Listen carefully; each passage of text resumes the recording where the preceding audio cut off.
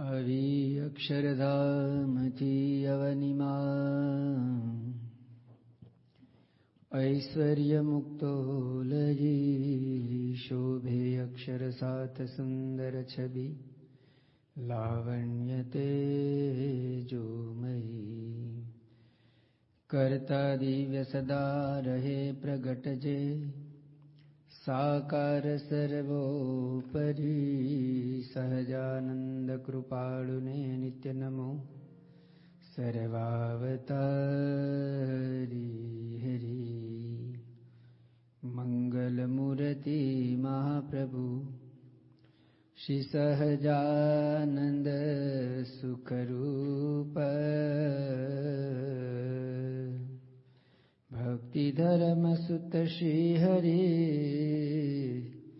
સમરુ સદાય અનુપ કૃપા કરો મુજ ઉપરે સુખ નિધિ સહજાનંદ ગુણ તમારા ગાવવા બુદ્ધિ આપજો સુખ કંદ ચરિત્ર ગાઉં પ્રભુજી તમારા અખંડ સૌભાગ્ય ગણી અમારા ઈચ્છા ઉરે એ જ પ્રભુજી મારી સ્મૃતિ રહો અંતરમાં તમારી સ્મૃતિ રહો અંતરમાં તમારી ઓમ શ્રી પૂર્ણ પુરુષોત્તમાય નમો નમઃ ઓમ શ્રી સ્વામિનારાયણાય નમો નમઃ ઓમ શ્રી ગુણાતીતાનંદ સ્વામી મહારાજાય નમો નમઃ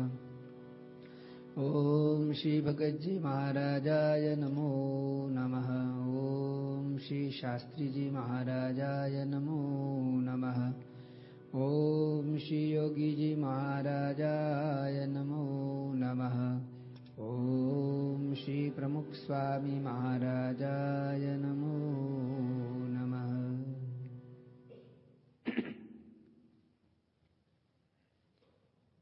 શ્રીજી મહારાજને કારિયાણીથી એબલ ખાચર પોતાના દરબારમાં પધરાવે છે. મહારાજ પધાર્યા ત્યારે એમના અંતરની અંદર જે આનંદ હતો, મહારાજ પ્રત્યેને જે ભાવ હતો, લગાવ હતો, પરંતુ એક મહેફિલની અંદર એમના સાગરીતો મિત્રો એમને મહારાજનો નિશ્ચય ન થવાને કારણે મોડી વાત, કુસંગની વાત, મોડા શબ્દો કહે છે અને એ શબ્દોની અસર બાપુને થાય છે. બાપુએ મહારાજ માટે ન કહેવાની વાતો શરૂ કરી અને ન કરવાનું કાર્ય પણ કર્યું. કુસંગ કેવી અસર કરી જાય છે આ પ્રસંગથી આપણને ખ્યાલ આવે છે કે ભગવાન આપણી સામે ને સાથે હોય, પરંતુ એને ઓળખવા જે પ્રાપ્તિ થઈ એની પ્રતીતિ આવી ને એ સાધના છે.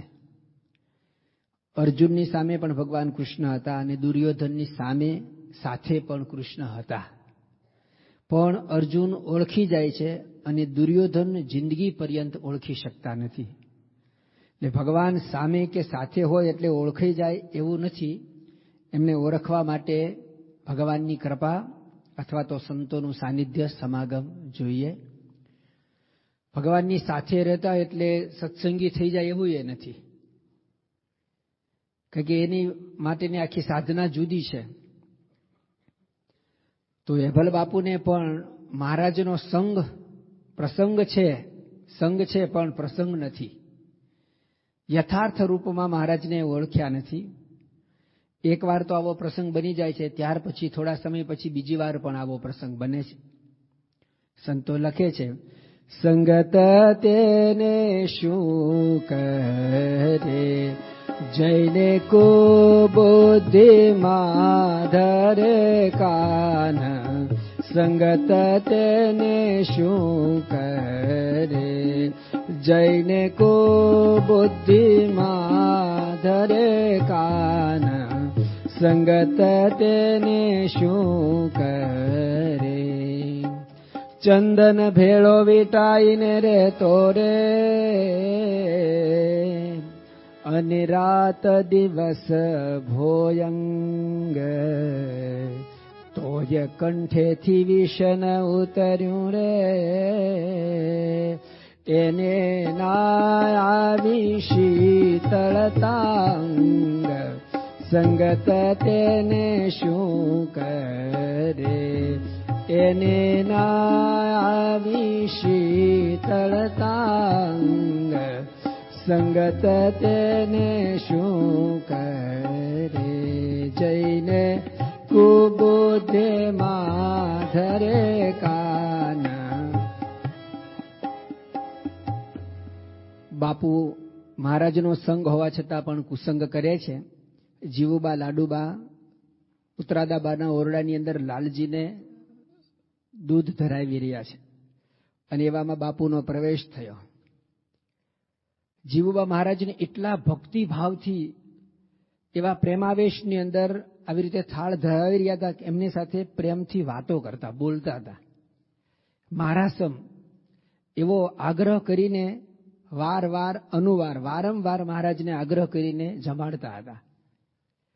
એ ભલબાપુએ જોયું અને એના મનની અંદર ક્રોધ વ્યાપ્યો, શંકા થઈ કે આ બધા ધતિંગ છે, આખો દિવસ આની પાછળ જ ટાઈમ કાઢો છો, આ બધું જ ખોટું છે, મૂકી દો ધતિંગ, આપણા દરબારની અંદર આ નહીં ચાલે.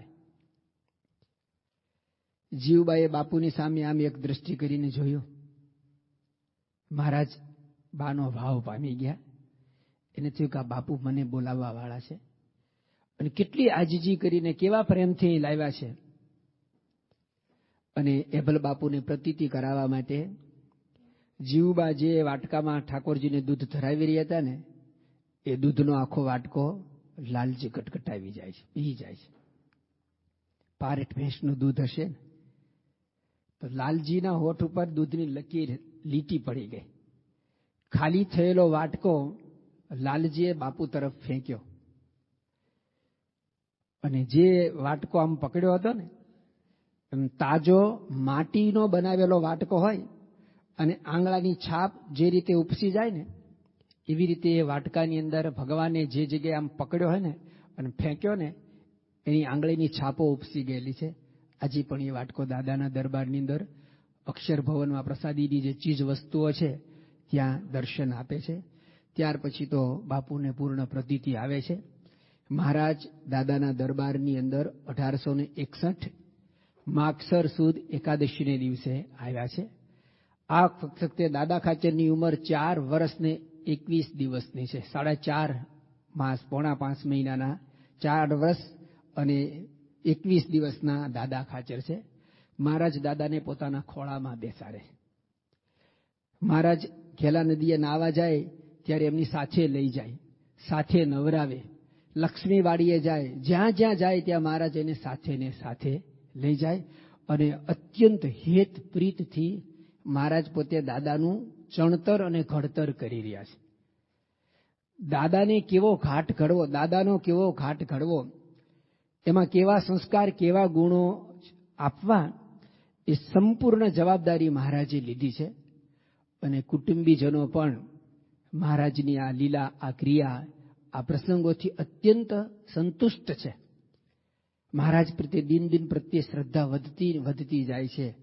1 માસ, 2 માસ, 4, 6, 8, 10, 12 મહિના, 1 વર્ષ પૂરું થયું. 13 મહિના મહારાજ આવ્યા ને ત્યારથી શરૂઆતની અંદર એક ધારા 13 મહિના સુધી દાદાના દરબારમાં રહ્યા. પ્રથમ વાર આવ્યા અને 13 મહિના સુધી, અને 13 મહિના દરમિયાન તો મહારાજ પૃથ્વી પર પધાર્યા. એની સાથે અનંત મુક્તોએ પણ જન્મ લીધેલો છે, અને એ બધા મુક્તો, મુમુક્ષુઓ મહારાજની મૂર્તિમાં ખેંચાઈ અને દાદાના દરબારમાં એક પછી એક આવી રહ્યા છે. દાદાના દરબારની અંદર નિત્ય નવતમ લીલા, ક્ષણે ક્ષણે યન્નવતામ ઉપેતિ. પ્રત્યેક ક્ષણે કંઈક નવીનતાના દર્શન થાય છે. આમ તો મહારાજનું મોહક રૂપ જ એવું હતું, એમની ક્રિયા એવી હતી કે ત્યાં આગળ જે કોઈ આવે એને એક યુગ એટલે એક યુગ જેટલું વધારે સમય સુધી રહ્યા હોય ને તો પણ એને લાગે બસ સમય જલ્દી પૂરો થઈ જાય. હમણાં આઈમેક્સ શો જોયો ને, લોકોને લાગ્યું કે બસ પૂરું થઈ ગયું. તો ભગવાનનું સાનિધ્ય જ એવું, અને એમનો વિરહ થાય તો થોડોક સમય માટે દર્શન ન થયા તો એવું લાગે કે એક પળ જેટલો સમય, એટલે એક યુગ જેટલો સમય મહારાજથી આપણે દૂર ગયા છીએ.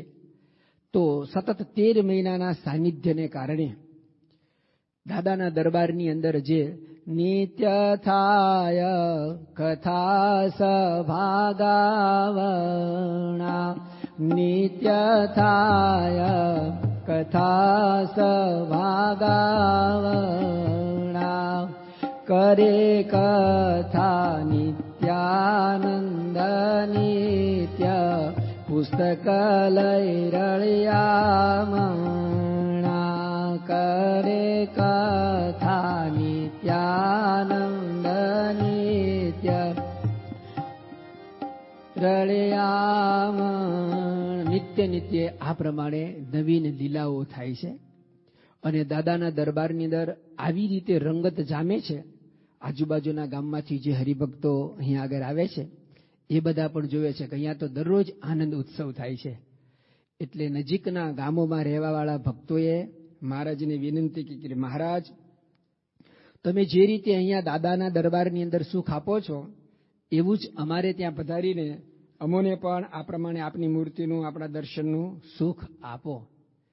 અને આવી જ્યારે વાત કરી ત્યારે મહારાજે પણ આ વાતને અંતરમાં ધારી, કારણ કે તેઓ તો અનંત જીવોનું કલ્યાણ કરવા માટે પૃથ્વી ઉપર પધાર્યા છે. એટલે મહારાજે ભક્તોની વિનંતી માન્ય કરી અને પછી આ પ્રમાણે કહ્યું કે અમે થોડા દિવસ પછી હવે વિચરણમાં જઈશું.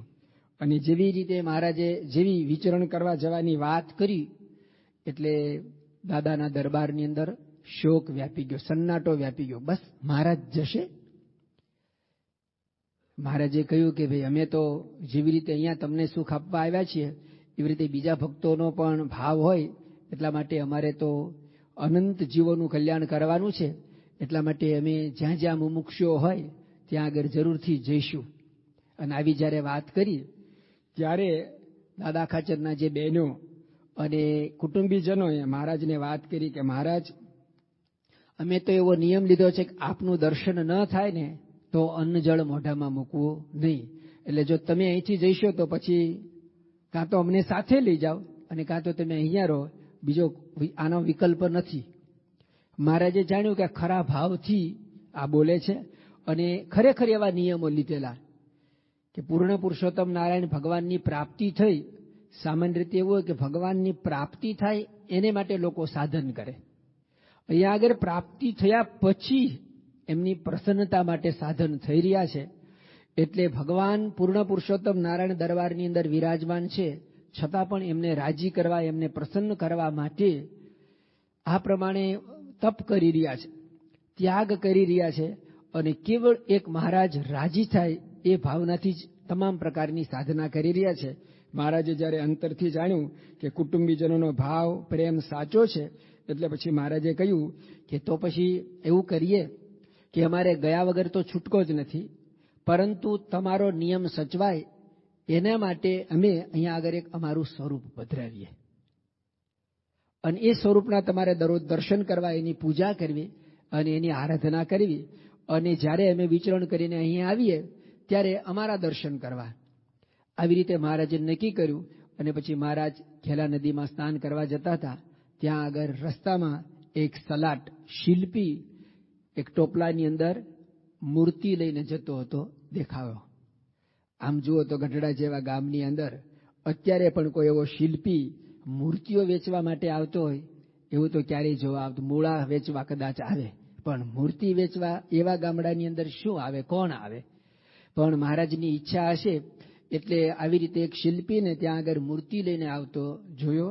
મહારાજે કહ્યું કે આ ટોપલામાં શું છે? ટોપલો નીચે ઉતાર્યો તો ચતુર્ભુજ બે મૂર્તિઓ એ ટોપલાની અંદર હતી. મહારાજને મૂર્તિ બહુ ગમી ગઈ અને પછી કહ્યું કે આ પ્રમાણે તમે ત્યાં દરબારગઢની અંદર આવો. દરબારગઢની અંદર આવ્યા એટલે મહારાજે બંને મૂર્તિઓ લઈ લીધી અને પછી કહ્યું કે આનું શું દામ પૈસા ચૂકવવાના છે તે કહો.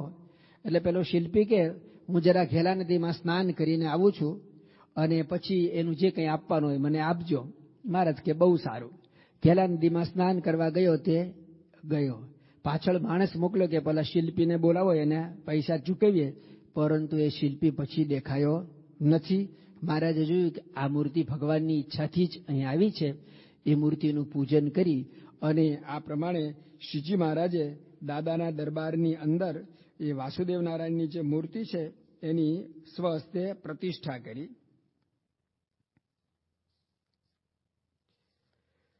ફાગણ વદ ત્રીજના દિવસે મહારાજે આ પ્રમાણે પ્રતિષ્ઠા કરી અને પછી કહ્યું કે આ મૂર્તિની અંદર અમારો આવિર્ભાવ છે, એમને તમે થાળ ધરાવજો અને એમાં રહી અને અમે તમને દર્શન દઈશું અને તમારા સર્વ મનોરથ પૂર્ણ કરીશું. આ રીતે મહારાજે કહ્યું અને પછી તો મહારાજે નક્કી કર્યું હતું એ પ્રમાણે મહારાજ હવે વિચરણમાં જાય છે. બહુ સરસ એક વાત બને છે કે આજુબાજુના ગામોમાં પણ જે ભક્તો એનો આવો જ ભાવ હતો અને એટલા માટે જ મહારાજ વિચરણમાં જાય છે. પરંતુ ગઈકાલે આપણે જેમ વાત કરી હતી ને કે મહારાજ તો વન વિચરણ દરમિયાન એવો સંકલ્પ કરીને આવ્યા હતા કે ગોદોહન માત્ર એક જગ્યાએ ન રહેવું. તો અહીંયા દાદાના દરબારમાં કેમ આટલા સમય સુધી રહ્યા અને આવી રીતે વિચરણ કરવા માટે જાય છે. તેમ છતાં પણ સંપ્રદાયમાં તો એવું કહેવાય છે કે મહારાજ 28 વર્ષ 5 માસ અને 27 દિવસ દાદાના દરબારમાં રહ્યા. દાદાના દરબારની અંદર જ રહ્યા એવું તો શક્ય જ નથી, કારણ કે ભક્ત ચિંતામણી મહારાજના ચરિત્રનો ગ્રંથ છે. એ વાંચીએ તો દર ત્રીજે પ્રકરણે એક વાર મહારાજ વરતાલ પહોંચ્યા એવી વાત આવે છે. મહારાજે પોતાની હયાતીમાં 6 મંદિરો બાંધ્યા, સમયા ઉત્સવો કર્યા, તો મહારાજ ગઢડાની બહાર નીકળ્યા જ નથી. તો કેવી રીતે કહી શકાય કે મહારાજ 28 વર્ષ 5 માસ ને 27 દિવસ ગઢપુરમાં દાદાના દરબારમાં રહ્યા છે? એનો જવાબ મહારાજ પોતે જ આપે છે. રવિ જેમ રહી સદા, રવિ જેમ રહીને સદા સ્વવાસ અવર રૂપ, રવિ જેમ રહીને સ્વવાસ અવર રૂપે વિચર્યા કુંતી પાસ, રહી ગઢપુરમાં પ્રભુજી તેમ અવર રૂપે પર ગામ જાય તેમ. જેમ સૂર્ય કુંતાની પાસે, સૂર્ય આકાશની અંદર પણ હતા અને બીજે સ્વરૂપે કુંતાજીની પાસે આવ્યા હતા, એવી રીતે શ્રીજી મહારાજ કહે છે કે અમે બીજે સ્વરૂપે કરીને વિચરણની અંદર જતા પણ એક સ્વરૂપે તો હંમેશા અહીં આગળ રહ્યા. આમ તો નક્કી કર્યું હતું કે એક જગ્યાએ ન રહેવું, પણ આ દાદા ખાચર કુટુંબીજનોની એવી ભક્તિ અને ભક્તિએ વશ થઈ અને મહારાજ રહ્યા. નહીતર તો વન વિચરણ દરમિયાનની અંદર 3 રાજવીઓ પોતાના રાજપાટ, સત્તા, સંપત્તિ અને સુંદરી આપવા માટે તૈયાર થયેલા, પરંતુ મહારાજ કોઈ જગ્યાએ રહ્યા નથી, બંધાયા નથી અને અહીંયા આગળ મહારાજ સામેથી રહેવાની ઈચ્છા કરે છે. કારણ સખી પ્રેમની દોરીએ પાતળો, સખી પ્રેમની દોરીએ પાતળો, બંધાણો રે બંધાણો રે, સખી છે બળવંત કે ભૂધર ભૂખ્યો છે ભાવનો, સખી ભૂધર ભૂખ્યો છે ભાવનો. આજુબાજુના ગામોમાં વિચરણ કરી અને મહારાજ પાછા ગઢડા પધારે છે. ગઢડાની અંદર દાદાના દરબારની અંદર પૂર્વ, પશ્ચિમ, ઉત્તર, દક્ષિણ ચારેય બાજુ 2 ઓરડા છે અને વચ્ચે સરસ મજાનો ચોક છે અને આ ચોકની વચ્ચે એક લીમડો છે. એ લીમડાનો પણ ઇતિહાસ જાણવા જેવો છે કે દાદા ખાચરના પિતાશ્રી પૂજ્ય એભલ ખાચર અને દાદા ખાચરના મામા માત્રો ધાધલ, આ બંને એકવાર આ પ્રમાણે સોરઠની અંદર કામે જાય છે અને કામ કરીને પાછા ફરતા ઉમેજ ગામની અંદર લાખા આહિરની વાડીએ પાણી પીવા માટે રોકાય છે. વાડીની અંદર એક કૂવો હતો અને બાજુમાં કેટલાક ઝાડ હતા. ઝાડના છાંયે એક ખાટલો પડ્યો હતો. ત્યાં આગળ એભલ ખાચર અને માટલો ધાધર બેઠા છે. તે દરમિયાનમાં રામાનંદ સ્વામીના બે શિષ્યો વિઠ્ઠલાનંદ અને બાલાનંદ, આમ તો બંને બાપ દીકરો હતા પણ બંનેએ દીક્ષા લઈ લીધેલી, અને તેઓ ફરતા ફરતા એ જ વાડીમાં એ કૂવા પાસે આવે છે.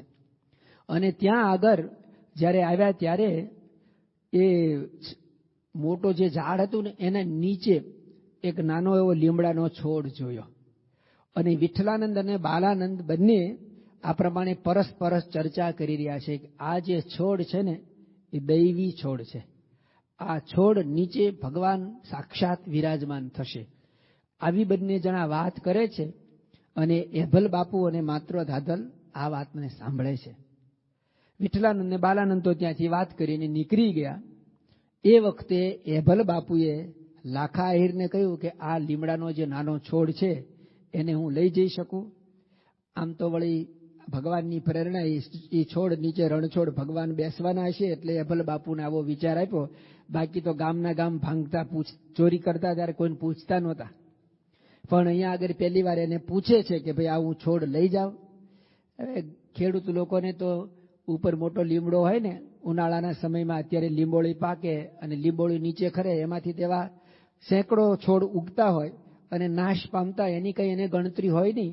એટલે એમણે કહ્યું કે ભાઈ લઈ જાઓ ને, આટલા છોડથી જો પતતું હોય તો આપણે બીજું કંઈ કહેવું નહીં. એમણે હા પાડી અને સમૂળો મૂળ સહિત નાનો છોડ લાવી અને આ દાદાના દરબારની અંદર એટલે કે પોતાના દરબાર ગઢની અંદર રોપ્યો. ધીરે ધીરે એ છોડ મોટો થાય છે અને એ સામે સ્વામિનારાયણ ભગવાન ત્યાં આગળ આવે છે. અને છોડ એટલે કે ફળી લીમડાના નીચે મહારાજે અનંત પ્રકારની લીલાઓ કરી છે. ફરતી ફળીમાં એક લીંબડી રે લોલ, ફરતી ફળીમાં એક લીંબડી રે લોલ, છાયામાં જામે ભક્ત ભીડ રે શ્રીજીના સ્નેહ મુને સાંભળે રે લોલ, નિરખીને નાને તૃપ્તિ ના વળે રે લોલ, મૂર્તિ માધુર્યની રમ્ય રે શ્રીજીના સ્નેહ મુને સાંભળે રે લોલ. મહારાજે દાદાના દરબારની અંદર આ છોડ નીચે, આ લીમતરુ નીચે અનેક પ્રકારની લીલાઓ કરી છે. કેટલાય વચનામૃતો ઉદ્બોધ્યા છે અને ઘણી બધી દિવ્ય સ્મૃતિઓ આપેલી છે. હવે શ્રીજી મહારાજ દાદાના દરબારની અંદર લીમતરુ નીચે સભા ભરીને બેઠા હોય છે અને દાદા ખાચર મહારાજની આજુબાજુમાં રડતા ફરતા રમતા હોય. કોઈ વાર મહારાજ પોતાના સાથે આસન ઉપર પણ બેહારે, આગળ વાત કરીએ એમ ખોળામાં તો બેસાડે, પરંતુ દાદો આ પ્રમાણે ફળિયાની અંદર રમતો હોય. મહારાજ એને સામે દિવ્ય દ્રષ્ટિ કરી અને એને દ્રષ્ટિદાન દિવ્ય સુખ આપી રહ્યા છે. દાદાની ઝીણી આંખો દાદાના દરબારની અંદર જે કંઈ પ્રસંગો બને છે ને એ જોઈ રહી છે. હું તમે આપણે સૌ પણ જોઈએ છીએ, પરંતુ જોવામાં પણ બહુ ફરક હોય. આપણે જોયેલું હોય ને એ ભૂલી જઈએ છીએ, જે ભૂલવાનું છે ને એ યાદ રાખીએ છીએ અને જે યાદ રાખવાનું છે ઘણીવાર ભૂલી જઈએ છીએ. દાદા ખાચર જુએ છે, પરંતુ જે કંઈ જુએ છે ને એ પોતાના અંતરની અંદર સંગ્રહે છે. દાદાના દરબારની અંદર મહારાજના સાનિધ્યની અંદર કેવી કેવી અદ્ભુત લીલાઓ બને છે. દાદો એનું અમૃત પાન કર્યા છે, પોતાની ઝીણી આંખોથી એ પી રહ્યા છે. અને દાદાના દરબારની અંદર શ્રીજી મહારાજના સાનિધ્ય અંદર એ વહેલી સવારથી આખું એક જબરજસ્ત ભાવ જગત ઊભું થાય છે. વહેલી સવારનો પહોર થાય અને ભક્તોની આતુરતાનો અંત આવે દાદાના દરબારની અંદર. વહેલી સવારે 4, 4:30 વાગે પરમહંસો ઘેલા નદીની આજુબાજુ જ્યાં જ્યાં જેના ઉતારા હોય ને ત્યાં ઉતર્યા હોય, વહેલી સવારે સ્નાન કરી અને દાદાના દરબારમાં આવે. કારણ દાદાને દરબાર જાશું સવારમાં નીતે ઉઠીને, દાદાને દરબાર જાશું સવારમાં નીતે ઉઠીને, માવાનું મુખડું જોશું સવારમાં નીતે ઉઠીને, હરશું ને કરશું, સ્મરણ કરશું, હરશું ને ફરશું, સ્મરણ કરશું, કે છે તો સંજવારી દેશું. સવારમાં નીચે ઉઠીને દાદાને દરબાર જાશું. સવારમાં દાદાના દરબારની અંદર એટલા માટે આવે છે કે મુખડું જોયા વિના પાણી એ ન પીવું. બધાએ એવો નિયમ લીધો છે કે ભગવાનના દર્શન ન થાય ને તો પાણી પણ ન પીવું.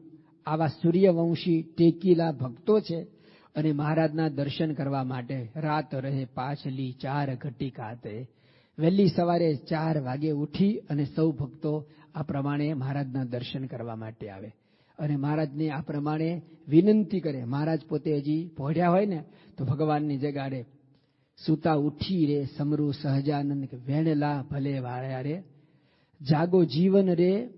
હે મહારાજ, તમે જાગશો ને તો અનંત જીવોનું કલ્યાણ થશે, એવી આર્તનાદે ભક્તો પ્રાર્થના કરે અને મહારાજ પોતે આળસ મરડીને બેઠા થાય, ભક્તોને દર્શન દાન આપે. મૂળજી બ્રહ્મચારીએ મહારાજ માટે બધી જે પૂર્વ તૈયારી કરી રાખી હોય અને મખમલની પાટ બિછાવી અને બાજુમાં તાંબાગુંડીમાં જળ ભર્યું હોય અને આગલી રાત્રે સરસ મજાનું કોમળ એકદમ સોફ્ટ બ્રશ હોય ને એવું દાંતણની ટીપી અને પલાળી અને કૂણું કરીને તૈયાર રાખ્યું હોય. મહારાજ જેવા સવારે ઉઠી અને દાંતણ કરવા માટે આવે. મહારાજ દાંતણ કરતા હોય ને, અત્યારે જેમ બાપા વોકિંગ કરતા હોય ને આપણે દર્શન કરવા જઈએ છીએ ને, એવી રીતે મહારાજ દાંતણ કરતા ને ત્યારે એના દર્શન કરવા માટે આવતા. બાજોટ કનક તણે આવી રસિયો જીરાય આંગણ બેઠા, રસિયો જીરાય આંગણ બેઠા, કોમળ દાંતણ કરવા રે, રસિયો જીરાય આંગણ બેઠા. મખમલની ગાદી બહુમૂલી, મખમલની ગાદી બહુમૂલી, પાટ ઉપર પાથર વારે, રસિયો જીરાય આંગણ બેઠા. દાંતણ કરતા હરીને નિરખ્યા, તે નાવે ભવ ફરવારે. આ રીતે મહારાજ દાંતણ કરે. ભક્તો દાસ મળ્યા સહુ દર્શન કારણ, જગને પાર ઉતરવારે. દાંતણ કરતા હરીને નિરખ્યા, તે નાવે ભવ ફરવા. આ રીતે મહારાજને દાંતણ કરતા અંતરમાં તૃપ્તિનો અનુભવ કરે અને દાંતણ મહારાજ કરી રહે. પછી શ્રીજી મહારાજ આ કાઠી દરબારોને જે લાડ લડાવી રહ્યા છે ને, આમ તો સૌરાષ્ટ્રની સૂકી ધરતી કહેવાય. આમ જુઓ તો ત્યાં કોઈ પણ પ્રકારનો રસ ન કહેવાય, પણ મહારાજે સૌરાષ્ટ્રની આ સૂકી ધરતીમાં 9 રસનું પાન કરાવ્યું છે. સામાન્ય રીતે સંપ્રદાયની અંદર પુષ્પદોલોત્સવ બહુ ખણાય છે. ફૂલદોળનો જે ઉત્સવ છે ને એ સંપ્રદાયમાં બહુ જ પ્રસિદ્ધ થયેલો છે, પ્રચલિત છે કે મહારાજે સંતો ભક્તોની સાથે ખૂબ રંગોત્સવ કર્યો છે. મહારાજે રંગોત્સવ કર્યો છે તો મહારાજે રાસોત્સવ પણ કર્યો છે. સંતો ભક્તોની સાથે રાસ પણ રમ્યા છે. મહારાજે સંતો ભક્તોને રસોત્સવ, રસ પણ પીરસ્યો છે. તો રસોત્સવ, રાસોત્સવ, પુષ્પદોલોત્સવ, ફૂલદોલ ઉત્સવ અને શાકોત્સવ, લોયાની અંદર ને ગઢડાની અંદર મહારાજે સ્વયં પોતે જ 18 મણ રીંગણાનો આ પ્રમાણે શાક કર્યું હોય અને 12 મણ ઘીથી એનો વઘાર કર્યો હોય. તો ભક્તોને એવી રીતે શાકોત્સવ પણ જમાડ્યા છે. શરદોત્સવની અંદર રાસ પણ રમાડ્યા છે. આ બધા ઉત્સવો છે ને પ્રાસંગિક છે. ફૂલદોલ ઉત્સવ વર્ષમાં 1 વાર આવે, શરદોત્સવ વર્ષમાં 1 વાર આવે, રસોત્સવ કદાચ સિઝન પ્રમાણે વર્ષની અંદર એક સિઝન પ્રમાણે આવે. ચોમાસાના ચાતુર્માસની અંદર શેરડીનો રસ ન પીવાય એટલે કંઈ રસોત્સવ ન થઈ શકે. કેરીની સિઝન હોય ત્યારે રસોત્સવ, કેરીનો રસ પાય. પણ એ બધા પણ પ્રાસંગિક છે. પણ દાદાના દરબારની અંદર એક ઉત્સવ નિત્ય થતો, નિયમિત થતો અને એ ઉત્સવ અનેરો હતો. એ ઉત્સવ સ્નાન ઉત્સવ. મહારાજ વહેલી સવારે સ્નાન કરવા જાય ને ત્યારે એકલા એકાકી કોઈ બાથરૂમમાં બેસીને સ્નાન નહોતા કરતા. સામાન્ય રીતે માણસ માત્રને સ્નાન કરવું એ એકાંત હોય તો વધારે અનુકૂળ આવે. પણ સ્વામિનારાયણ ભગવાને સ્નાન કરવા માટે ક્યારેય એકાંત છે એવું નથી. મહારાજ પોતે સ્નાન કરવા જાય ને ત્યારે એક જબરજસ્ત મોટો માહોલ રચાતો, ઉત્સવ થતો. અને એ પણ મહારાજ વાજતે ગાજતે ઘેલા નદીમાં સ્નાન કરવા માટે જાય. અને એકલા જાય નહીં, પણ સાથે લીધો છે સર્વે સમાજ. સખી નાવા પધારે મહારાજ રે જીવન જમુનામાં. સખી નાવા પધારે મહારાજ રે જીવન જમુનામાં. સાથે લીધો છે સર્વે સમાજ રે વ્રજને વિસામે. સાથે લીધો છે માજ રે વ્રજને વિસામે. હળવા તે હળવા વાલો હાલે બજારે. હળવા તે હળવા વાલો હાલે બજારે. ઉભા નગરવાસી પ્રાણવારે રે જીવન જમુનામાં. વાલો નવા પધારે મહારાજ રે જીવન જમુનામાં. છત્ર ચામર શિર ઉપર શોભે હારે આગે અગણિત વાજા વાગે. મહારાજ ઘોડા ઉપર વિરાજમાન હોય, માણિક ચોકમાં મલપતારે ઉડે છે અબિલ ગુલાલ. વાજતે ગાજતે મહારાજ ઉભા નગરવાસી પ્રાણવારે. મહારાજને સ્નાન કરવા માટે જવાનો રૂટ, રસ્તો પણ એક છે અને સમય પણ નિશ્ચિત છે. જે સમયે મહારાજ સવારે વહેલી સવારે નીકળે ને, ગ્રામ્યજનો પોતાના ઘર ધંધા કામ બધું છોડી અને અગાશીએ અટારીએ પોતાના ઘરના આંગણે આવીને ઉભા રહે અને મહારાજના દર્શન કરે. આવી રીતે વાજતે ગાજતે મહારાજ ઘેલા નદીની અંદર સ્નાન કરવા માટે જાય. અને ઘેલા નદીની અંદર મહારાજ સ્નાન કરવા માટે જાય ત્યારે આપણે દરરોજ એક સ્મૃતિ કરીએ છીએ ને, ઘેલા નદી ના રે નિર્મળ નિર્વા ખાણી સંત હરિજનને રે સાથે લઈ ઘનશ્યામ નાવા પધારે રે. ઘેલે પૂરણ કામ બહુ જળ ક્રીડા રે કરતા જળમાં નાય જળમાં તાળી રે દઈને કીર્તન ગાય. મહારાજ ઘેલા નદીમાં સ્નાન કરવા જાય ત્યારે સંત હરિજનને સાથે લઈને જાય. ઉતર્યા ગિરધર જમુનામાં નાવા. ઉતર્યા ગિરધર જમુનામાં નાવા. હારે આવ્યા સુરમુનિ પુષ્પે વધાવા રે જીવન જમુનામાં. સખી નવા પધારે મહારાજ રે જીવન જમુનામાં. આવી રીતે આ ઉત્સવ દરરોજનો છે અને નિત્ય નિત્ય આવી રીતે મહારાજ ઉત્સવ કરે. સાથે જે ભક્તો હોય ને એની સાથે જળ ક્રીડા કરે, ડૂબકી દાવ રમે. અદ્ભુત લીલા થાય.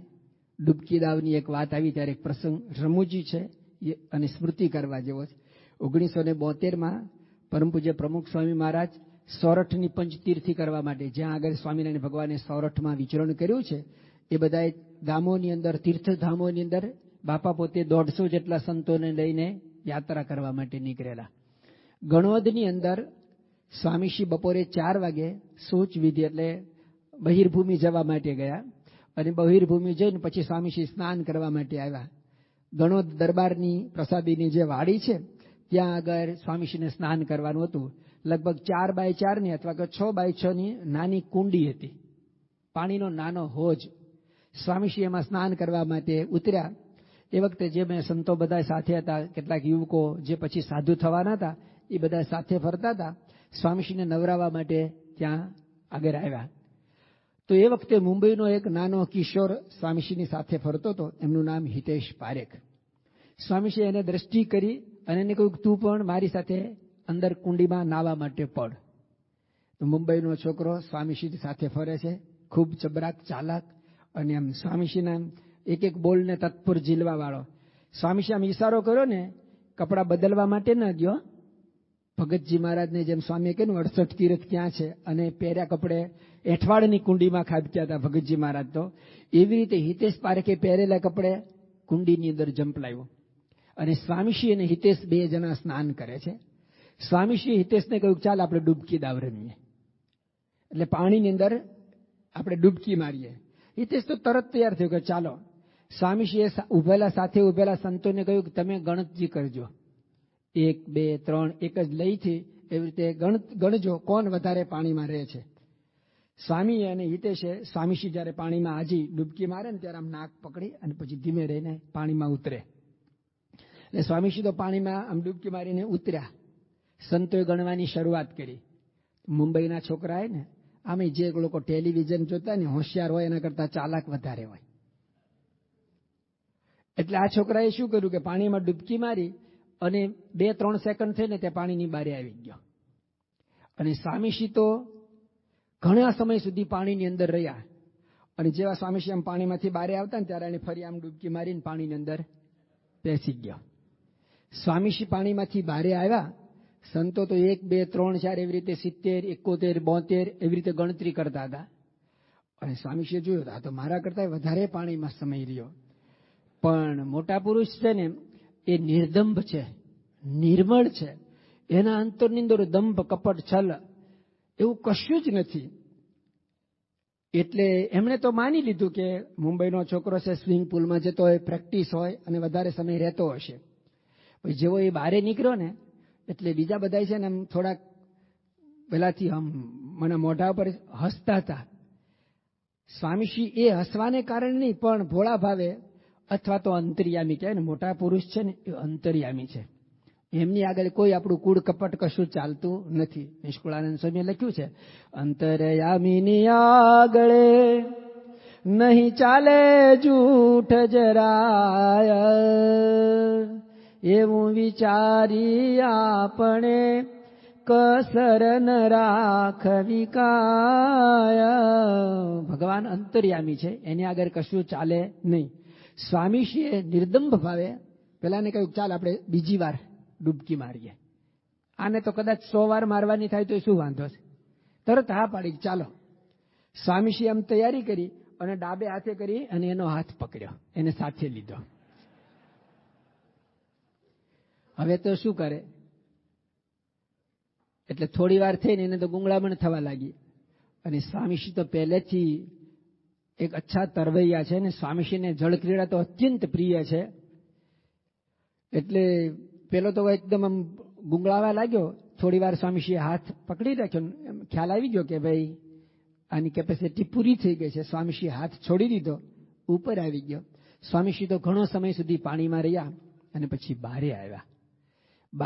એટલે સ્વામીશ્રીએ પૂછ્યું કે કેમ તું ન રહ્યો? તો કે મને તો બહુ ગુંગળામણ થતી. સ્વામીશ્રી બહુ સરસ વાત કરી.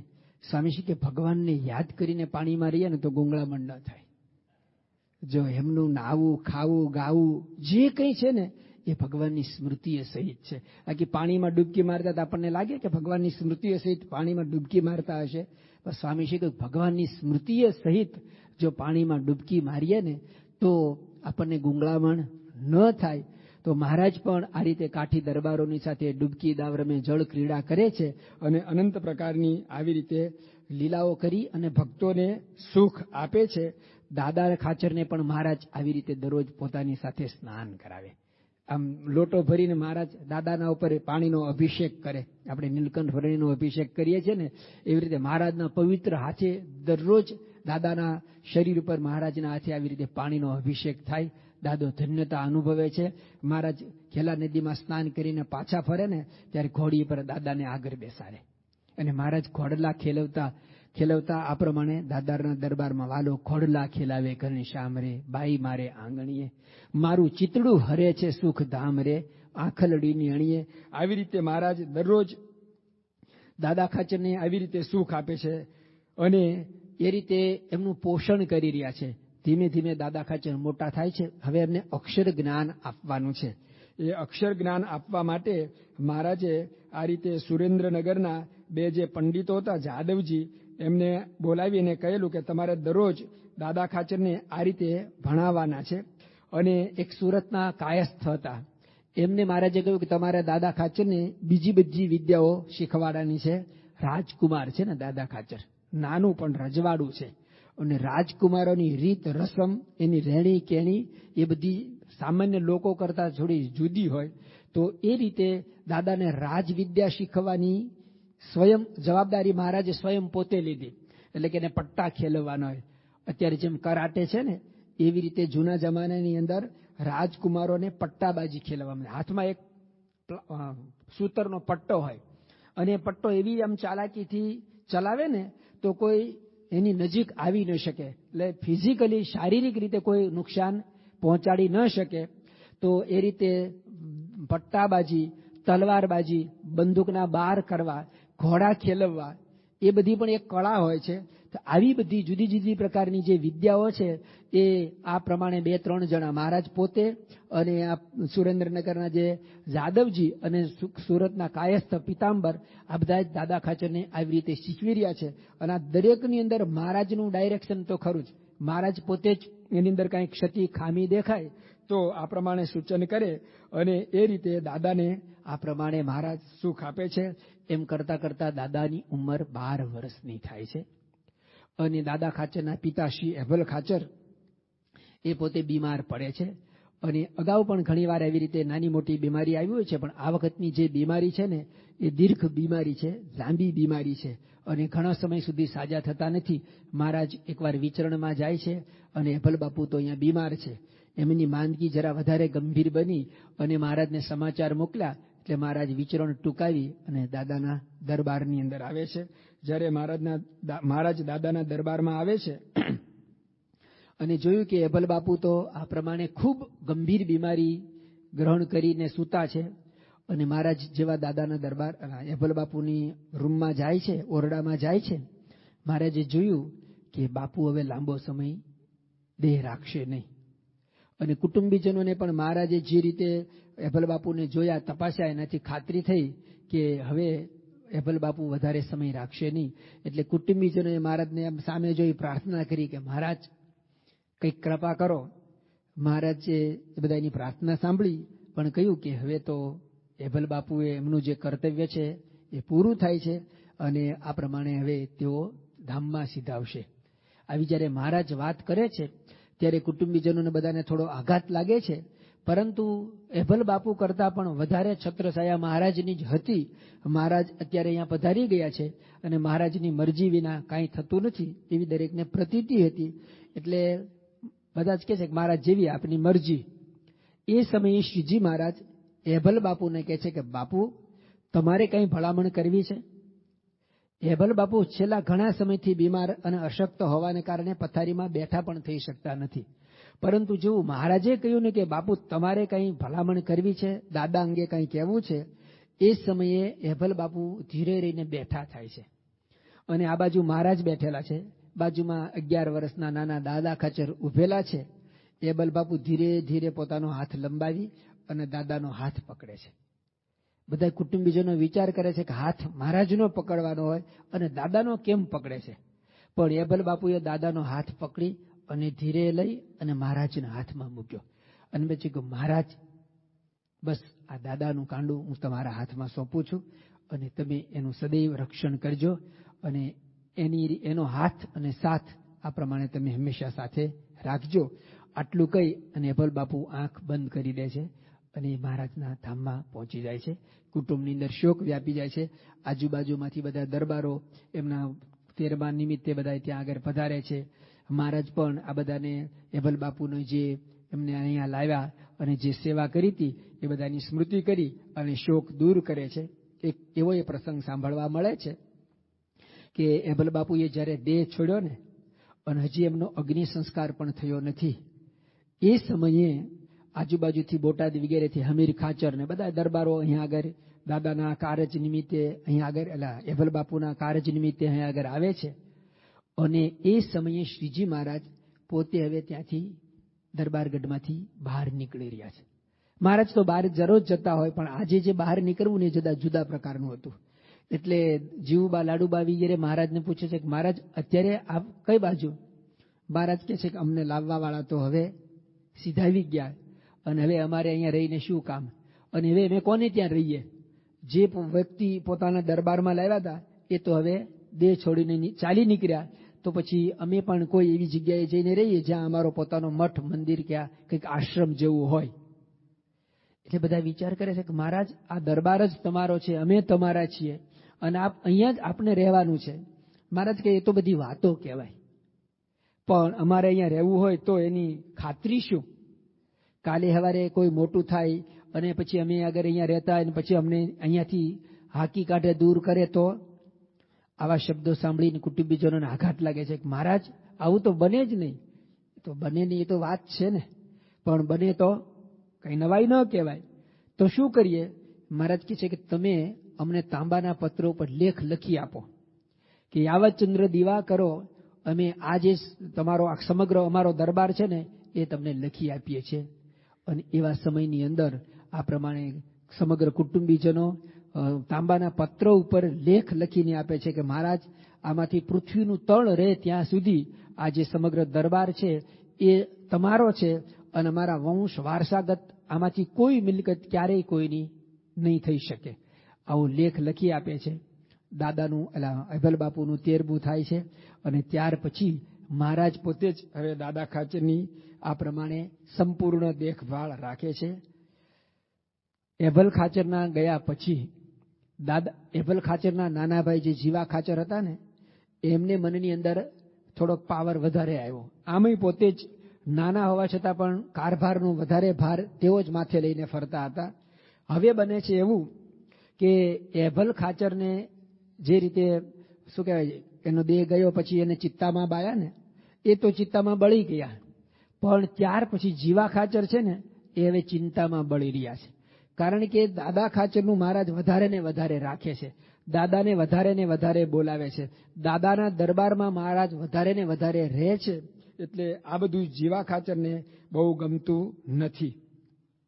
એટલે જીવા ખાચરના મનની અંદર આ પ્રમાણે થોડી ઈર્ષા આવે છે અને એ રીતે વારે ને વારે દાદા ખાચરથી વિરુદ્ધ નાની મોટી કંઈક ફરિયાદો અને કંઈક ને કંઈક આવું આ પ્રમાણે જીવા ખાચર ઊભું કરે છે. એકવાર એવું બને છે કે વડોદરાના દીવાન સયાજીરાવ, વડોદરાના જે ગાયકવાડ સરકાર, એના દીવાન બાલ ગંગાધર શાસ્ત્રી એ પોતે ગઢડાની અંદર આવે છે. બાલ ગંગાધર શાસ્ત્રી ગઢડાની અંદર આવે છે અને મોટી ડેલી એટલે કે જીવા ખાચરના દરબારની અંદર એનો ઉતારો થાય છે. જીવા ખાચર આમેય એભલ બાપુના ગયા પછી દાદાના વિરોધની અંદર નાની મોટી વાતો કરતા હોય છે. અહીંયા આગળ બાલ ગંગાધર શાસ્ત્રી જ્યારે એમને ત્યાં ઉતર્યા ત્યારે બધાએ મહારાજે જાણ્યું કે આ દીવાન એમને ત્યાં ઉતર્યા છે, સારું નહીં. એટલે દાદા ખાચરને બાલ ગંગાધર શાસ્ત્રીને બોલાવવા માટે મોકલે છે અને મહારાજે કહ્યું કે તમે જઈને એને સ્વાગત કરજો ને આપણા દરબારની અંદર પણ આપણે સ્વાગત કરવું છે, એટલા માટે તમે બોલાવી લાવો. બાલ ગંગાધર શાસ્ત્રીને દાદા ખાચર બોલાવી લાવે છે. રસ્તાની અંદર દાદા ખાચર વાતો કરતા કરતા લાવે છે, મહારાજનું મહિમા કહે છે અને મહારાજનું જે અત્યાર સુધીનું કાર્ય છે ને એ બધું જ એમને કહે છે. એવું કહેવાય છે કે આપણે શું કહેવાય, સરકાર, ગાયકવાડ સરકાર તો પોતે સારા જ હતા અને એ વખતે બીજા બધા પણ જે આ વલા શું કહેવાય દીવાનો દરબારો હોય ને, રાજકારભાર તો સારા હતા, પણ દીવાન જે બધા હતા ને, દીવાનજી, એ જ બધા મહારાજ પ્રત્યે દ્વેષીઓ હતા. પછી કચ્છ ભુજના દીવાન હોય કે પછી જુનાગઢના હોય, આ બધાને જ મહારાજ પ્રત્યે આ પ્રમાણે ઓછે વત્તે અંશે કોઈ પણ કારણસર, બ્રાહ્મણ હોવાને નાતે કે ગમે તે રીતે, પણ મહારાજ પ્રત્યે એને થોડોક દ્વેષ રહેતો હતો. બાલ ગંગાધર શાસ્ત્રીને પણ એવું થોડુંક હતું. એટલે સ્વામિનારાયણ ભગવાન છે ને એવી વાત ન કરવી, એવું આ પ્રમાણે હરજી ઠક્કર ને લાધા ઠક્કર વગેરે દાદા ખાચરને શીખવાડેલું કે બીજી જનરલ બધી વાતો કરજો, પણ સ્વામિનારાયણ ભગવાન છે એવી વાત કરતા નહીં, કારણ કે શાસ્ત્રી છે, ભણેલા છે અને એને આ પ્રતીતિ આવશે નહીં. પણ દાદા ખાચરે તો એ જ બધી વાત કરી. પણ દાદા ખાચરની કહેવાની રીત અને આ પ્રમાણે એનું જે વર્તન હતું ને એ જોઈને બાલ ગંગાધર શાસ્ત્રીને ઘણો ગુણ આવે છે.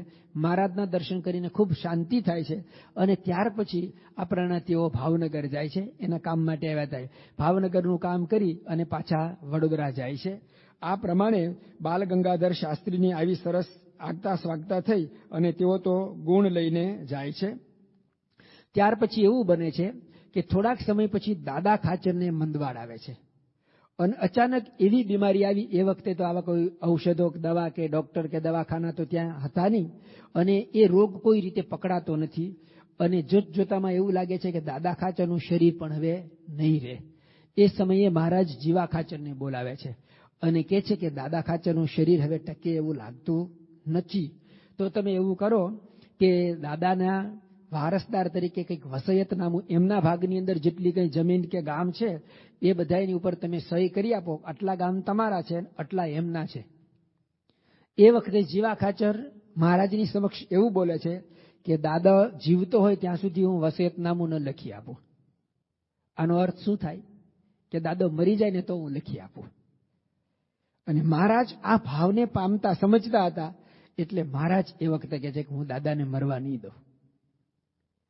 જો દાદો જીવતો હોય ત્યારે તું વસયતનામું લખવા તૈયાર ન હો તો હું દાદાને મરવા નહીં દઉં. એમ કરીને મહારાજ કરડી દ્રષ્ટિએ આ પ્રમાણે જીવા ખાચરની સામે જુએ છે અને મીઠી દ્રષ્ટિએ દાદા ખાચરની સામે જુએ છે. અને જેમ સાપ કાંચળી ઉતારે ને એવી રીતે દાદાનો તાવ ઉતરી ગયો અને દાદા તરત જ આ પ્રમાણે બેઠા થાય છે. હવે જીવા ખાચરને સંપૂર્ણ મનાઈ જાય છે કે મહારાજનો હાથ અને સાથ દાદાના માથા ઉપર છે. જીવા ખાચરે બીજું પાસું અજમાયું. ગઢડાની ઉગમણી બાજુ જ્યાં આગળ ખેલો જ્યાંથી આવે છે ને એ આ માંડવધાર કરીને બહુ સારું ગામ આજે છે. એ ગામની અંદર દાદા ખાચરની ખૂબ મોટી જમીન હતી, પરંતુ એ ગામની અંદર ભરવાડોનો બહુ જ ત્રાસ. આજે કાઠિયાવાડની અંદર દરબારો પછી બીજો નંબર જો કોઈનો આવતો હોય ને તો ભરવાડનો આવે, એને કોઈ પહોંચી ન શકે. તો એ માંડવધારની અંદર ભરવાડોનો જબરજસ્ત ત્રાસ. એમાં જેઠો અને મેરામણ બે ગોવાળિયા ભરવાડ હતા ને, એ દાદા ખાચરના ખેતરોની અંદર જે કંઈ ઉપજ આવે, પાક થાય ને એ બધો એ લોકો લણી લે. મહારાજે ભગુજીને રક્ષા માટે મોકલેલા, તો પણ આ જેઠો ને મેરામણ ગોવાળિયા મોટા ભાગનો પાક આ રીતે લણી લેતા હતા અને દાદાના ભાગમાં કશું આવતું નહીં.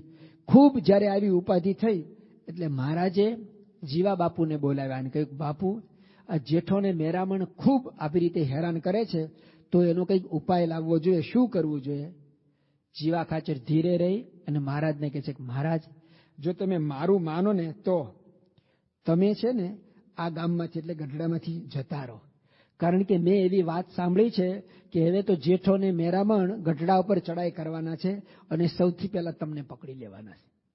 એટલે તમે જો અહીંયા રહેશો ને હશો ને તો તમને પકડવા નિમિત્તે અહીંયા આવશે અને ગામની અંદર પણ ધીંગાણા થશે અને ઘણું ખરાબ ખોટું થશે. માટે જો તમે ખરેખર મને પૂછતા હો તો મારી તો સલાહ છે કે તમે હમણાં ગઢડામાંથી નીકળી જાઓ. મહારાજ કે એમ? તો કે હા. મહારાજ કે બોલાવો ગાડું. અને જીવા ખાચરને થયું હાશ, આ પાછું તો સવડું પડ્યું. અને જોતામાં ગાડું આવ્યું. મહારાજ ગાડામાં વિરાજમાન થયા. માંડવધાર ગઢડાની આ પ્રમાણે પશ્ચિમ દિશાએ છે અને ઉગામેડી જે ગામ છે ને ગઢડાથી પૂર્વ દિશાએ છે. એટલે મહારાજે જીવા ખાચરે કહ્યું એ પ્રમાણે ગાડું પશ્ચિમ દિશા એટલે પૂર્વ દિશા તરફ, એટલે કે ખરેખર મહારાજ ગઢડાથી નીકળી જાય છે એ રીતે ઉગામેડીના માર્ગે ચલાવ્યું. અને મહારાજને દૂર સુધી જતા જોઈ જીવા ખાચર રાજી થાય કે હાશ, મહારાજ ગઢડામાંથી ગયા. અને જીવા ખાચરે કહ્યું મહારાજ જ્યાં સુધી બોલાવીએ ને ત્યાં સુધી પાછા આવતા નહીં, અહીંયા જ્યારે સારા વાના થશે ને ત્યારે અમે બોલાવીશું. મહારાજ કે બહુ સારું, અમને સંદેશો મોકલજો, અમે આવી જઈશું. અને મહારાજ દૂર સુધી આમ ગાડામાં જતા જોયા એટલે જીવા ખાચરને થયું હાશ, હવે કંઈ વાંધો નહીં, સ્વામિનારાયણ ગઢડામાંથી ગયા. મહારાજે આ પ્રમાણે જીવા ખાચર પોતાના દરબારમાં ગયા ને એટલે અબાઉટ ટન ગાડું પાછું વાળ્યું અને ખેતરામાં થઈ આમ થઈ અને સીધું લીધું ત્યાં માંડવધારને રસ્તે. અને માંડવધાર જઈ સવારના રાતનો સમય હતો અને મહારાજે ત્યાં આગળ માંડવધાર જઈ અને જેઠો અને મેરામણ બે ગોવાળિયા હતા ને એના આંગણાની અંદર જઈને ગાડું છોડ્યું. ગાડું બળદને જોડેલું હોય ને ત્યારે ગાડાને ઊભું રાખવા આગળ એક આવું લાકડું હોય, એને ઊંટડો કહેવાય. લાકડાનો આગળનો જે 3-3.5 ફૂટનો ટુકડો જાડો હોય એના આધારે ગાડું આમ બેલેન્સમાં ઊભું રહે, એને ઊંટડો કહેવાય. મહારાજે બળદ છોડીને ગાડું એવી રીતે આમ પછાડ્યું, ઊંટડો એવી રીતે પછાડ્યો ને કે ભગવાન રામચંદ્રજીએ જ્યારે શંકરનું ધનુષ્ય તોડ્યું ને જેવો તાંડવ અવાજ આવ્યો હતો ને એવો અવાજ આવ્યો એમાંથી. અને જેઠો મેરામણ અને સમગ્ર માંડવધારનું ગામ આખું ધણણી ઉઠ્યું, ધરતીકંપ થયો ને એવું. અને બધા ચારે તરફ નાશ કરી લાગ્યા. મહારાજે એવો પ્રતાપ બતાવ્યો. અને પછી તો એ ભરવાડની જે પત્નીઓ ભરવાડનો એ ખોળો પાથરીને મહારાજને પગે લાગીને માફી માગીને કહ્યું કે મહારાજ, હવે આજથી અમે કોઈ દિવસ તમારા ખેતરમાં પગ નહીં મૂકીએ અને અમે અમારા પતિ વતી માફી માગીએ છીએ, માટે અમને માફ કરો. અને મેરામણ ને જેઠો ગોવાળીઓ પણ આવી મહારાજને માફી માગે છે. મહારાજ એને આશીર્વાદ આપે છે અને પછી ગઢડા આવે છે. ગઢડા આવે છે ને ત્યાં સુધીમાં તો ગઢડા ને માંડવધારને કઈ બહુ લાંબુ અંતર નથી. ગઢડાની અંદર પણ આ સમાચાર પહોંચી ગયા હોય છે. મહારાજ ગઢડાની અંદર આવી અને પછી જીવા બાપુને બોલે છે કે બાપુ, અમે તો માંડવધાર જઈને આવ્યા, પણ ત્યાં તો જેઠો ને મેરામણે અમને કાંઈ નહીં કર્યું. એ તો અમારા પગમાં પડીને અમારા ભક્ત બની ગયા, અને તમે તો કહેતા ને કે તમને મારવા માટે તૈયાર છે. એ તો અમને કાંઈ એને કર્યું નહીં. જીવા ખાચર કહે છે કે મહારાજ, તમે ત્યાં આગળ જઈ અને કંઈક આ પ્રમાણે ચમત્કાર પરચો બતાવ્યો હશે. મહારાજ કે અમે તો કોઈ પરચો બતાવ્યો નથી, પણ અમે તો ગાડાનો ઊંટડો આ પ્રમાણે જેવો નીચે પાડ્યો એમાંથી અવાજ આવ્યો અને આ બંને ભાઈઓને આ પ્રમાણે પરિવર્તન આવી ગયું છે. જીવા ખાચરે સમજ્યું કે આ તો પરચા ચમત્કાર બતાવવા વાળા પુરુષ છે, એની આગળ આપણું કંઈ ચાલ્યું નહીં, કંઈ વાંધો નહીં, બીજી વાર. આ પ્રમાણે હવે મહારાજ દાદાના દરબારની અંદર રહે છે. દાદાના દરબારની અંદર નિત્ય નવતમ લીલા થાય. કેટલાક પ્રચલિત પ્રસંગોને આપણે એક એક લીટીમાં જોઈ લઈશું કે મહારાજ દાદાના દરબારની અંદર અક્ષર ઓરડીમાં હવે રહે છે. દાદા ખાચર આગળના બે જે ઓરડા હોય ને એમાં એકવાર હજામત કરાવતા અને મહારાજે બૂમ પાડી દાદા. અડધી હજામતે દાદા ખાચર મહારાજની પાસે જઈ ઉભા રહે છે. મહારાજે પૂછ્યું શું કરતા હતા? દાદા ખાચરે કહ્યું મહારાજ હજામત કરાવતો હતો. મહારાજ કે જાઓ હજામત કરાવીને પછી આવો. અને જેવા પાછા ગયા એમના સાગરીતો જે ત્યાં આગળ બેઠા એને કહ્યું દાદા, આવા વરવા વેશે મહારાજની પાસે જવાય અડધી હજામતે? આ તો સારું ન લાગે, તો શરમ આવે. ત્યારે દાદા ખાચર કહે છે શરમ ત્યારે આવે જ્યારે મહારાજની આજ્ઞા ન પડે. એકવાર શિયાળાનો સમય છે અને શુક સ્વામી આ રીતે ઘેલા નદીમાં સ્નાન કરવા માટે જાય છે. સ્નાન કરીને પાછા આવતા એમને વધારે ઠંડી લાગે છે અને મહારાજના એ સેવક છે અને મહારાજની પાસે આવે છે ને આમ ધ્રુજતા હોય છે. એ વખતે દાદા ખાચર બાજુમાં ઉભા હતા અને મહારાજે આમ ઊંચે જોયું અને દાદાને પૂછ્યું દાદા, આ વળી નિસરે? આમ જુઓ તો કોઈ પ્રસંગને સમજી શકાય એવો નથી. ઉપર જોઈને મહારાજ એવું પૂછે કે આ વળી નિસરે? દાદા કે હા મહારાજ, ખરેખર નિસરે. અને દાદા ખાચર પળમાં પામી જાય છે કે શુકાનંદ સ્વામીને ઠંડી લાગી છે ને એટલા માટે મહારાજ કહે છે કે આ વળી નિસરે, કહેતા કે એને તાપણું કરીને તપાવવાના છે. આવા દાદા ખાચર મહારાજના અંતર્યામી અથવા તો અનુરાગી બની ગયા છે. તો મહારાજના એકેય બોલને આ પ્રમાણે નીચે પડવા દેતા નથી. એકવાર મહારાજ પોતે જ ઘેલા નદીમાં સ્નાન કરવા ગયા હોય છે અને સામે કાંઠે કેટલાક બાવા વૈરાગીઓની જમાત મહારાજે જોઈ અને દાદા ખાચરને કહ્યું કે દાદા, આ બિચારા બાવા વૈરાગીઓ અહીંયા આવ્યા છે. તો દાદાએ હાથ જોડીને આમ ઉભા રહ્યા. એટલામાં જીવા ખાચર આવ્યા કે મહારાજ શું વાત કરો છો? મહારાજ કહે છે કે આજો બાબાની જમાત આવી છે તો એના ઉતારા માટે. જીવા ખાચર કે મહારાજ, આને તે કઈ ઉતારો હોતો હશે? આને તો અહીંથી તગેડી મૂકવા જોઈએ, કે અહીંયા ન રખાય અને ઉભાઈ ન રહેવા દેવાય. મહારાજે જાણ્યું અને પછી દાદા ખાચરને કહ્યું કે દાદા, આ બાવાઓને આપણે રાખવા છે તો ક્યાં રાખીશું? મહારાજ અમારા ઓરડામાં, અમારા દરબારમાં. તો પછી તમે ક્યાં રહેશો? અમે ઘેલા નદીને કાંઠે સંતોની સાથે.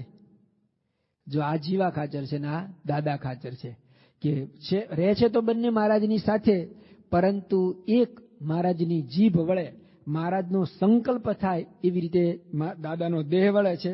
અને એક જીવા ખાચર છે એ મહારાજની આ રીતે દરેક કાર્યની અંદર, દરેક વલામાં આ પ્રમાણે શંકા કરે છે. મહારાજ દાદા ખાચરનું ખૂબ રાખે છે. દાદાને ત્યાં નિત્ય નવતમ નવા નવા ઉત્સવ સમયા થાય છે. એકવાર એવું બને છે, દુષ્કાળનો સમય છે અને મહારાજ દાદાના દરબારની અંદર એવું નક્કી કરે છે કે આપણે એક અહીંયા ઉત્સવ ઉજવવો છે. આમ તો આવો ઉત્સવ છે ને અત્યારે ક્યારેય ઉજવાતો નથી અને મહારાજના સમયની અંદર પણ આવી રીતે મોટા પ્રમાણમાં આ એક જ વાર ઉત્સવ ઉજવાયેલો છે. એ ઉત્સવ છે કપિલા છઠનો. આવો ઉત્સવ સંપ્રદાયની અંદર આ દિવસનો કોઈ વિશિષ્ટ મહિમા નથી. મહારાજે કહ્યું કે દેશ દેશાંતર કંકોત્રી લખીને બધા સંતો ભક્તોને બોલાવો અને આપણે કપિલા છઠનો ઉત્સવ અહીંયા આગળ ઉજવવો છે. સારું, બધાને બોલાવ્યા અને બધા સંતો ભક્તો આવ્યા. આ બાજુ જીવા ખાચરે જોયું કે મહારાજ અહીંયા આગળ ઉત્સવ કરવાના છે અને દાદાની ખેતીની જે કંઈ ઉપજ આવી હતી ને એ બધી ઉપજ હજી ખળાની અંદર પડેલી છે. એ વખતે રજવાડી રાજ્ય હોય, રાજાની પરવાનગી વગર ખેડૂતે સ્વયં પકવેલું અનાજ પણ પરમિશન વગર ઘરે લવાય નહીં. અને ઘરે લવાય પણ કેટલું કે જેમ અત્યારે સાચા સત્સંગીઓ પોતાની આવકનો 10મો 20મો ભાગ ભગવાનને અર્પણ કરે ને અને બાકીનું પોતે રાખે, એમ એ સમયની અંદર એવું હતું કે 10મો 20મો ભાગ એટલે કે રજવાડાએ નક્કી કરેલો ભાગ ખેડૂતે પોતાના ઘરે લઈ જવાય અને બાકીનો બધો 80-90% ભાગ રાજાઓ પોતે મહેસૂલ શું કહેવાય ખંડણી તરીકે લઈ જાય. તો આવી રીતે રજવાડી રાજ્યની આ પ્રમાણે શિરસ્તો હોય તો રાજાઓ તરફથી જ્યાં સુધી હુકુમત ન મળે, હુકમ ન મળે ત્યાં સુધી ખળા લેવાય નહીં. અને જીવા ખાચરે જાણ્યું કે આટલો બધો પાક પાક્યો છે અને ભાવનગર ઉપડ્યા. ભાવનગરની અંદર જઈ એ વખતના દરબાર વજયસિંહ બાપુને કહ્યું કે દાદાના દરબારની અંદર સ્વામિનારાયણ ભગવાન પધારેલા છે અને નિત્ય મોટા મોટા ઉત્સવ સમયા કરે છે અને આ વખતે તો એ લોકોએ નક્કી કર્યું છે મોટો ઉત્સવ છે તો તમને પૂછ્યા વગર બધું જ અનાજ આ પ્રમાણે સંતો ભક્તોને સમયામાં જમાડી દેવું, એટલા માટે તમે કંઈક બંદોબસ્ત કરો, નહીંતર આ વખતનું અનાજ છે ને તમારા હાથમાં આવશે નહીં. આવી જ્યારે વાત કરી જીવા ખાચરે એટલે કાચા કાનના આ વજયસિંહ બાપુએ તો તરત જ પોલીસ અને બેરક, આરબની બેરકને આ પ્રમાણે ગઢડા રવાના કરી અને દાદાના ખળાની અંદર જે અનાજ હતું ને એની આજુબાજુ ચોકી પેરામાં પોલીસ અને આરબની બેરક ગોઠવાઈ ગઈ. મહારાજે જાણ્યું કે આપણે તો કપિલા છઠનો ઉત્સવ કરવો છે અને દાદાને ત્યાંથી અનાજ આવવાનું તો બંધ થયું. પણ દાદા ખાચરના 2 કારભારી હરજી ઠક્કર અને લાધા ઠક્કર હતા ને બહુ ચતુર હોશિયાર હતા. એમણે કોઈને પણ ખબર ન પડે એ રીતે બજારમાંથી જે કંઈ સીધું સામાન લાવવાનું એ બધું લાવી અને રંગે ચંગે આ પ્રમાણે ઉત્સવ કર્યો. અહીંયા આગળ જે ખળાવાડની અંદર પોલીસ અને આરબની બેરક આવી છે એને સાચવવા માટે મહારાજે જીવબા લાડુબાને આજ્ઞા આપી કે તમે દરરોજ દરબારગઢની અંદર જેમ સંતો ભક્તોને જમાડો છો એવી રીતે પોલીસ અને આરબની બેરકને પણ નિત્ય સીધા સામાન મોકલી અને આ રીતે જમાડજો. આવું બધું કર્યું ને જમાડતા થયા. પોલીસ લોકો પણ મહારાજના દર્શન કરવા આવે, આરબની બેરક પણ મહારાજના દર્શન કરવા આવે અને દાદા ખાચર કુટુંબીજનો જીવબા લાડુબાનો પ્રેમ ભક્તિ ભાવ જોઈ અને આને લાગ્યું કે આ તો કોઈ દેવ છે કે દાનવ, આ તો કોઈ દૈવી પુરુષો છે અને અમે ખોટા પાપમાં પડ્યા છીએ. એટલે એ લોકોએ સામેથી કહ્યું કે તમારે ખળામાં તમારા ભાગનું અનાજ જેટલું ઉપાડવું એટલું લઈ લો, પણ રાજાના હુકમ વગર આ કુટુંબ તો એક દાણો પણ એમાંથી ન લે, એક કણ પણ સાથી લે. એમણે કહ્યું ના, અમારે તો જ્યારે આ રીતે બાપુનો હુકમ આવશે ત્યારે અમે લેશું, અમારે ખળાની કોઈ ઉતાવળ નથી. અહીંયા આગળ રહેલા આરબ વગેરે મૂંઝાય છે કે આપણે શા માટે ચોકી પહેરામાં આવ્યા છીએ. અને જ્યારે પોલીસનું આરબનું વર્તન આવું જોયું ને એટલે ફરી જીવા ખાચરને થયું કે આ લોકોને આણે કંઈક ભોળવી દીધા લાગે, નિત્ય સારું સારું જમાડીને પોતાના કરી દીધા છે. એટલે એમને ચટપટી ઉપડે, હું ફરી ભાવનગર જઈ અને કંઈક વધારે ભંભેરણી કરું. મહારાજે આ બાજુ કાઠી દરબારોને બધા જે અહીંયા ઉત્સવ નિમિત્તે આવ્યા હતા ને એ બધાને એક દિવસ સભામાં કહ્યું કે હમણે આપણે થોડા દિવસ આ ઉત્સવ માટે અહીંયા રહી અને પછી અહીંયા આવેલા તમામને વરતાલ ઉત્સવમાં લઈ જવા છે. માટે કોઈ પણ કાઠી દરબારોએ અમને પૂછ્યા વગર ક્યાંય ગામત્રે જવું નહીં. જીવા ખાચરને ભાવનગર જવું હતું, મહારાજે તો આવી રીતે તમામને બંધી કરી, કોઈએ જવું નહીં. હવે શું કરવું? 2-3 દિવસ તો જીવા ખાચર સમસમી રહ્યા. પછી મહારાજની પાસે આવ્યા કે મહારાજ શું, તો એક અગત્યનું કામ હોય અને આજે હું બહારગામ જાઉં છું પણ સાંજે પાછો આવી જઈશ. મહારાજ કઈ બાજુ જાઓ છો? જીવા ખાચર કે આ બાજુ માલપરા બાજુ જાઉં છું. એટલે ભાવનગર જતા રસ્તામાં આ ગામ આવે છે ઢસા માલપરા. એટલે મહારાજે કહ્યું તો તમે ત્યાં જાઓ છો ને તો એવું કરજો ને કે ભાવનગર પણ જતા આવજો. જ્યારે એ બાજુ જાઓ છો તો પછી ભાવનગર પણ થતા આવજો અને દાદાના ખળા અંગે જરા તપાસ કરજો. એ વખતે જીવા ખાચર કહે છે કે જેણે દાદાના ખળા અટકાવ્યા છે ને એને હું જોઈ લઉં છું, કોણ દાદાના ખળા અટકાવે છે. મહારાજ પણ એનો પ્રતિસાદ આપે છે કે હું પણ જોઈ લઈશ જેને દાદાના ખળા અટકાવ્યા છે એને. એમ કરીને મહારાજે કરડી નજરે જીવા ખાચરની સામે જોયું. જીવા ખાચર તો આમ ભોંખ તરવા લાગ્યા કે મહારાજ તો બધું જ જાણે છે, પણ જેના અંતરની અંદર ઈર્ષા વ્યાપે ને એ પછી કોઈનો ઉત્કર્ષ સહન કરી શકે નહીં. મહારાજને પૂર્ણ પુરુષોત્તમ નારાયણ જાણે છે, સમર્થ જાણે છે, છતાં પણ ઈર્ષાના ભાવ એમને મહારાજનું સુખ સાનિધ્ય લેવા દેતા નથી. ફરી ભાવનગર બાપુની પાસે જાય છે અને કહે છે કે ત્યાં તો આ પ્રમાણે આવું થયું છે. અને અહીંયા આગળ મહારાજે જાણ્યું કે દાદાના દરબારની અંદર આવી રીતે ઉત્સવ તો ઉજવાઈ ગયો, પરંતુ અનાજ વગેરેની આવી મુશ્કેલી છે એટલે બીજે દિવસે મહારાજ પોતે એવું નક્કી કરે છે કે ભાઈ જો આવી જ મુશ્કેલી હોય તો અમે બધા પણ આ પ્રમાણે આવી રીતે બીજે વિચરણ માટે જઈએ અને સંતો પણ વિચરણ માટે જાય. આ સમાચાર જ્યારે દાદા ખાચર અને કુટુંબીજનો જાણે છે ત્યારે બહુ ઉદાસ થાય છે અને કહે છે કે મહારાજ અમે વેચાઈ જઈશું પણ તમને ઊની આંચ આવવા દઈશું નહીં. આપ જો અમારા ત્યાંથી નીકળશો ને તો અમારા 2 દુકાળ પડ્યા થશે, માટે આપ સુખેથી અહીંયા આગળ રહો. એ વખતે મુક્તાનંદ સ્વામી વગેરે કહે છે કે મહારાજ આવા પ્રસંગમાં આપણે ન રહેવાય, આપણે તો જવું જ જોઈએ, ભલે એ લોકો કહે પણ આપણે સૌ ચાલી નીકળીએ. ત્યારે મહારાજ કહે છે કે સ્વામી આપણે દાદાને છોડીને નહીં જઈ શકીએ. કેમ? એ વખતે મહારાજ કહે છે કે સ્વામી એક જંગલની અંદર એક ઘેઘુર વડલો હતો અને એ વડલાની અંદર જ્યારે જંગલની અંદર વડલા ઉપર કેટલા બધા પક્ષીઓ માળા બાંધીને રહેતા હતા અને એકવાર એ જંગલને ચારેય તરફ આગ લાગે છે અને આગ ચારેય તરફથી ભડભડ ભડભડ બળતી બળતી વડલાથી નજીક આવે છે ને ત્યારે વડલાને વાચા ફૂટે છે અને વડલો એના ઉપર બાંધેલા પક્ષીઓને માળા બાંધેલા પક્ષીઓને કહે છે, વડલો કહે છે વનરાયો સળગી મેલી દો જૂના માળા, ઉડી જાઓ પંખી પાંખો વાળા. કે હે પંખીઓ તમે તમારા જૂના માળા સંબંધો છોડી અને તમે ઉડી જાઓ, કારણ કે મારે તો પાંખો નથી એટલે હું તો ઉડી ન શકું, પણ તમને ભગવાને પાંખ આપી છે તો તમે મારો સંબંધ આ મમત્વ માળા બધું છોડી અને જતા રહો. સંતો કે આમાં અમે કંઈ સમજ્યા નહીં. મહારાજે બીજી સાખી કહી, દાહ જલે ડુંગર જલે જલ ઉઠે વનરાઈ, હમ જલે તુમ કહા જલે હમરે પાંખો નહીં. દાહ જલે ડુંગર જલે જલ ઉઠે વનરાઈ, હમ જલે તુમ કહા જલે. વળકે છે કે હું તો બળી જાઉં પણ તમે શા માટે બળો છો? કારણ કે હમરે પાંખો નહીં, અમને પાંખો નથી, તમને તો પાંખો આપી છે, ઉડી જાઓ. મુક્તાનંદ સ્વામી કે મહારાજ આનો સિદ્ધાંત શું? ત્યારે મહારાજ કહે છે કે પંખીઓએ એવો જવાબ આપ્યો કે સાથે રમ્યા સાથે ભમ્યા, અમે અહીંયા જન્મ્યા ને અહીંયા મોટા થયા તો હવે તો અમે તમારી સાથે જ બળી જઈશું, પણ અમને ભલે ભગવાને પાંખો આપી પણ અમે અહીંથી દૂર થઈશું નહીં. એમ દાદાના દરબારની અંદર ભલે આવી ઉપાધિ હોય તો એના સુખમાં અને દુઃખમાં આપણે હંમેશા સાથે રહીશું. આવી જ્યારે મહારાજ વાત કરે છે, કુટુંબીજનોને આશ્વાસન મળે છે અને જીવા ખાચર ભાવનગર નરેશની પાસે જઈ અને આવી વાત કરે છે ને, પણ બને છે એવું કે ગંગાધર શાસ્ત્રી જે ગઢડાથી ભાવનગર ગયેલા ને એણે વજયસિંહ બાપુને શ્રીજી મહારાજ અને દાદા ખાચરનો મહિમા સમજાવ્યો છે કે દાદાના દરબારની અંદર જે રહે છે ને તો પૂર્ણ પુરુષોત્તમ નારાયણ સાક્ષાત ભગવાન છે.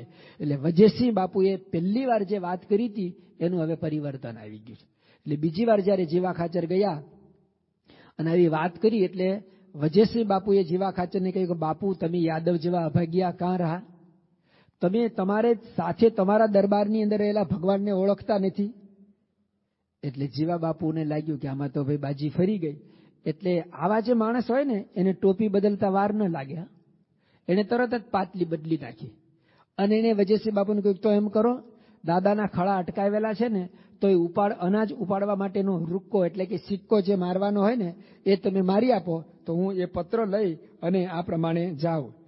આવું જ્યારે મહારાજને કહે છે જીવા ખાચર, એટલે એ વખતે આપણે વજયસિંહ બાપુ કહે છે કે ના એવું તો ન બને, અને એનો જે બોલો રૂક્કો છે ને એ તો લઈને અમારો ખવાસ છે ને એ જ જઈશે, અમે તમારા હાથમાં એ કાગળ સિક્કાવાળો આપીએ નહીં. જીવા ખાચરને તામે ના પાડી એટલે પછી એ તો બંને રીતે વિલું મોઢું કરી અને ગઢડામાં પાછા આવે છે. વજયસિંહ બાપુનો રૂક્કો અહીંયા આગળ ગઢડામાં આવે છે, અનાજ ઉપાડવાની પરવાનગી મળે છે અને આ પ્રમાણે અનાજ પણ બધું દાદાના દરબારની અંદર આવે છે. આવા તો કેટલાય પ્રસંગો દાદાના દરબારની અંદર બનતા જાય છે. પરંતુ મહારાજ પોતે દાદા ખાચરને એવું એનું ઘડતર કર્યું છે કે દાદા ખાચરને પણ ક્યારેય જીવા ખાચરનો અભાવ આવતો નથી. નહીતર જીવા ખાચર આટલું દાદા ખાચર વિરુદ્ધ કાર્ય કરે, પરંતુ દાદા ખાચરને કોઈ દિવસ જીવા ખાચર પ્રત્યે પણ આવો કોઈ જુદો ભાવ થતો નથી. અને એવી રીતે દાદા ખાચર જીવા ખાચરનું પણ ખૂબ રાખે છે, મહારાજની પણ ખૂબ સેવા કરે છે અને આ રીતે દાદાના દરબારની અંદર મહારાજ નિત્ય નવતમ લીલા કરે છે. એકવાર મહારાજ દાદાના દરબારમાં લીમતરુ નીચે સભા ભરીને બેઠા છે અને એ વખતે કંઈક ગોપીઓની ભગવાન કૃષ્ણની વાત નીકળી કે 16,108 ગોપીઓ શ્રી કૃષ્ણ ભગવાનને થાળ જમાડવા માટે ગઈ અને શ્રી કૃષ્ણ ભગવાન એ બધા થાળ જમી ગયા. એટલે સાથે બેઠેલા કાઠી દરબારો કહ્યું, મહારાજ આવા બધા ગપ્પા શાસ્ત્રોની અંદર કેટલાક હશે? મહારાજે કહ્યું, આમાં ક્યાં ગપ્પા છે? કારણ કે આટલા બધા થાળ કોઈ જમતું હશે. અને મહારાજે કહ્યું કે કોક વાર અમે તમને બતાવીશું. દાદાના દરબારની અંદર જેમ કેટલાક સંતો રહેતા ને એવી રીતે દાદાની જે વાડી, લક્ષ્મી વાડી, પછી આ બાજુ ઓરિયાની વાડી, એ બધી જે વાડીઓ હતી ને ત્યાં પણ એવા સંતો રાખતા. સચ્ચિદાનંદ સ્વામી, સિદ્ધાનંદ સ્વામી, સદાનંદ સ્વામી, આ બધા જે સંતો હતા ને દાદાના દરબાર એટલે વાડીઓમાં બધે રહેતા હતા અને ખેતીનું કામ સંભાળતા. સચ્ચિદાનંદ સ્વામીને શ્રીજી મહારાજ મોટા ભાઈ કહીને બોલાવતા હતા અને મોટા ભાઈ હંમેશા વાડીએ જ રહેતા હતા. કોઈક વાર એવો કંઈક પ્રસંગ હોય, વિશિષ્ટ તહેવાર હોય ત્યારે જ અહીંયા આગળ દરબારમાં આવે. એકવાર સચ્ચિદાનંદ સ્વામી મહારાજના દર્શન કરવા માટે દરબારગઢમાં આવ્યા છે. સવારે 10, 10:30 વાગ્યાનો સમય થયેલો છે. સચ્ચિદાનંદ સ્વામી દર્શન કરી અને વાડીએ જતા હતા. મહારાજે કહ્યું, મોટા ભાઈ કાં ચાલ્યા? કે ત્યાં ખેતીનું કામ છે અને હું તો આ ચાલ્યો. મહારાજ કહે, જરા અહીંયા આવ્યા જ છો તો એવું કરો, થોડું જમતા જાઓ. અને બ્રહ્મચારી દ્વારા મહારાજે તપાસ કરાવી કે ભાઈ રસોઈ તૈયાર છે. હવે દાદાના દરબારની અંદર દરરોજ 500 પરમહંસો અને આજુબાજુમાંથી બીજા ભક્તો આવતા હોય એવી રીતે 500,000 માણસની રસોઈ તો દરરોજ સેજે થતી હતી. એટલે દરબારગઢની અંદર પૂછાયું તો કહ્યું, હા રસોઈ તો તૈયાર છે. એટલે મહારાજે કહ્યું કે આ મોટા ભાઈ અહીંયા આવ્યા છે તો જરા એને જમાડી દો. એટલે સચ્ચિદાનંદ સ્વામી જેમ ખેડૂત જમવા બેસે ને ઉભડક પગે, એટલે આમ થોડુંક જલ્દી જમીન જતું રહેવું હતું. એમ કે મારું ભાત તો ત્યાં આવશે ત્યારે હું નિરાતે જમીશ, મહારાજની આજ્ઞા છે થોડું જમતો જાવ. એટલે ઉભડક પગે જમવા માટે બેઠા અને આ બાજુ દરબારગઢમાંથી જે રસોઈ હતી ને આવતી જાય અને સચ્ચિદાનંદ સ્વામી જમવા લાગ્યા. 2, 5, 25 માણસનું જે કંઈ હોય ને એમ કરતા 500 માણસની જે રસોઈ છે ને એ બધી સ્વાહ કરી ગયા. પછી રોટલાને રસોઈ આવતા વાર લાગી. સચ્ચિદાનંદ સ્વામી કંઈક લાવો, કંઈ હોય તો છાશ હોય છાશ લાવો. છાશ હતી એટલી છાશ પી ગયા, પાણી હતું એટલું પાણી પી ગયા, બધું સ્વાહ કરી ગયા. પછી કંઈ હતું નહીં, ઊભા થયા. આમ ઊભા થઈને જતા હતા ને વળી મહારાજ સામે મળ્યા. મહારાજે પૂછ્યું, સ્વામી જમ્યા? ત્યારે કે થોડુંક કંઈક આપ્યું એટલું જમ્યો, બાકી મારું ભાત આવશે એવું કીધું. કંઈક અડધું થોડુંક જે કંઈ આપ્યું એટલું જમ્યું, પણ મને કહ્યું કે તમારું ભાત ત્યાં આવશે તો હું જમી લઈશ. આવા સંતો દાદાના દરબારમાં હતા. ગુણાતીતાનંદ સ્વામી ને ગોપાળાનંદ સ્વામી, નિત્યાનંદ સ્વામી ને મુક્તાનંદ સ્વામી, આ બધા સંતો હતા ને એની સાથે આવા પણ હતા. રોળાનંદ ને ગોતીતાનંદ પણ દાદાના દરબારમાં રહેતા છતાં દાદાનું ઘડતર મહારાજે એવું કર્યું હતું ને કે આ સંતોની વિશે પણ ક્યારેય એમને કોઈ પણ પ્રકારનો બીજો ભાવ થયો નથી. દાદાની દ્રષ્ટિ કેવળ એક મહારાજની સામે જ છે અને એટલા જ માટે મહારાજ દાદાને આવું અલૌકિક સુખ આપે છે. એકવાર એવું બને છે, ચોમાસાનો સમય છે અને આ પ્રમાણે વરસાદ હજી અત્યારે પણ એવું કહેવાય, હજુ કે અત્યારે એવી વાયકા સાચી પડતી નથી, પણ ખેડૂતોને એવી શ્રદ્ધા ખરી કે શનિવારના દિવસે જો વરસાદ શરૂ થાય ને તો 8 દિવસ સુધી વરસાદ ચાલુ રહે. શનિવારથી શનિવાર સુધી એને વરસાદની હેલી કહેવાય. આજ સખી આનંદની હેલી કે ને, હેલી એટલે 7 દિવસ સુધી નોન સ્ટોપ વરસાદનું વરસવું. અને આવી રીતે જ્યારે વરસાદ વરસે અને અનરાધાર મુશળધાર જ્યારે વરસાદ વરસતો હોય ને ત્યારે ગામની અંદર જે નાના નળિયા હોય ને એ નળિયાની અંદર પાણી જવા માટેની જે નાળ હોય એની અંદર પાણી ઓવરફ્લો થાય. ઓવરફ્લો થયેલું પાણી નીચે દરબારમાં એટલે રૂમની અંદર પણ પડે. અહીંયા ચોમાસાનો સમય છે અને વરસાદની હેલી જામેલી છે અને ઉપરથી આમ પાણી તો પડે. 7 દિવસ સુધી વરસાદ વરસે ને એટલે નળિયા પણ એકદમ ભીંજાઈ ગયા હોય, પોચા થઈ ગયા હોય અને એને નીચેથી પણ પાણીના ટીપા ટપકે. જેમ અતિ ઠંડુ પાણી ગ્લાસમાં ભરે ને ગ્લાસની ચારે તરફ ભેજ બાજી જાય એવી રીતે નળિયાની અંદર ભેજ બાજ્યો ને એના ટીપા ટપ ટપ નીચે પડે, એને ચૂવા થયેલા કહેવાય. તો એવી રીતે વરસાદની આ હેલી જામેલી છે. ઘેલા નદીની અંદર પણ જબરજસ્ત પૂર આવેલું છે. દાદાના દરબારની અંદર પાણી ભરાયેલું છે અને એ પાણી મારા જોતા હતા. એવાની અંદર વરસાદનું જે પાણી અને નદીને પૂરનું જે પાણી હોય ને એમાં બહુ ફરક હોય. નદીનું પૂરનું જે પાણી હોય ને એની અંદર આજુબાજુનું ઘાસ ને બીજું ને ત્રીજું તણાતું આવતું હોય, એ પાણી થોડું વધારે ડોળું હોય. દાદાના દરબારની અંદર એવું પાણી પણ આવવા લાગ્યું. મહારાજે જોયું કે આ તો પાણી જલ્દી ઉપર આવે છે અને સાથે રહેતા સંતો ભક્તોએ પણ કહ્યું, મહારાજ કંઈક કૃપા કરો, ખમૈયા કરો, આ ઇન્દ્રદેવને કહો કે હવે વરસાદ બંધ થાય, કારણ કે ઘેલાની અંદર જે પાણી છે, ઘેલો ઓવરફ્લો થયો છે અને પાણી બધું ગામની અંદર પેઠું છે અને કેટલાકના ગાર માટીના ઘર તો બધાય પડવા લાગ્યા છે. મહારાજે સાંભળ્યું પણ બહુ કાન દીધા નહીં, એના ઉપર લક્ષ્ય દીધું નહીં. અને થોડી વાર થઈ અને મહારાજે કહ્યું કે આ તો પાણી તો ધીરે ધીરે કરતા ઉપર આવે છે. તો ભક્તો સંતોએ કહ્યું મહારાજ એટલે જ અમે કહીએ છીએ કે વરસાદ બંધ થાય એવી કૃપા કરો. મહારાજ કે વરસાદ બંધ ન થાય તો આ પાણી છે ને બધું હમણાં ઉપર ચડીને ઓરડામાં પેસશે. અને જેવું પાણી ઓરડામાં પેસશે એવી વાત કીધી ને મહારાજ કે તો આપણો બધો સામાન પલળી જાય ને. દાદાના દરબારની અંદર જે લોકો ગયા હોય, ન ગયા તો થોડુંક સ્મૃતિ કરાવું. ઉગમણા બાર એટલે ઈસ્ટ, વેસ્ટ, નોર્થ ને સાઉથ, પૂર્વ, પશ્ચિમ, ઉત્તર ને દક્ષિણ, એમાં જે પૂર્વ બાજુના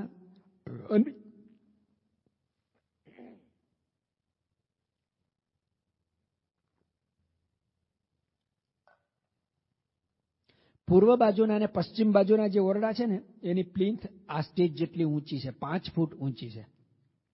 વાસુદેવ નારાયણ એટલે ઉત્તરા બારના ઓરડા અને દક્ષિણ બારના જે ઓરડા હતા ને એની પ્લિન્થ 2 ફૂટ ઊંચી છે. અત્યારે પણ એ ઓરડા હજી મોજૂદ છે.